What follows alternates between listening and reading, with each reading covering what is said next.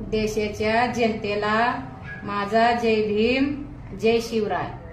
माझ्या सोमनाथला ज्या ज्या पोलिसांनी मारून त्यांनी माझ्या सोमनाथाचा खून केल्या त्यांना फाशीची सजा व्हायला पाहिजे। निरपराध माझ्या बहिणींना माझ्या भावांनाही मारून ह्यांच्यावरती खोटे गुन्हा दाखल केल्यात। हे सर्व खोटे गुन्हे माघारी घ्यावे। परभणीमध्ये ज्या माणसाने संविधानाचा विटंबना केलाय त्याच्यावर देशद्रोहाचा त्यांना शिक्षा झाली पाहिजे।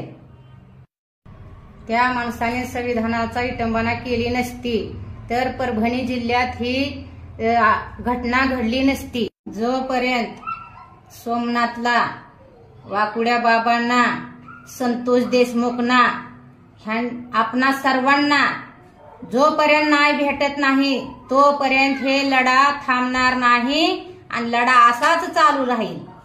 न्यायासाठी हे लॉंग मार्च निघालेला आहे। आम्हाला जोपर्यंत न्याय भेटत नाही आमचा लॉंग मार्च असा चालू राहील। ह्याच्यामुळे सरकारला माझी विनंती आहे, आमच्या लॉंग मार्चला कुणी अडवू नये। माझी जनतेला विनंती आहे, ही लॉंग मार्च असंच शांततेने जाऊ द्या।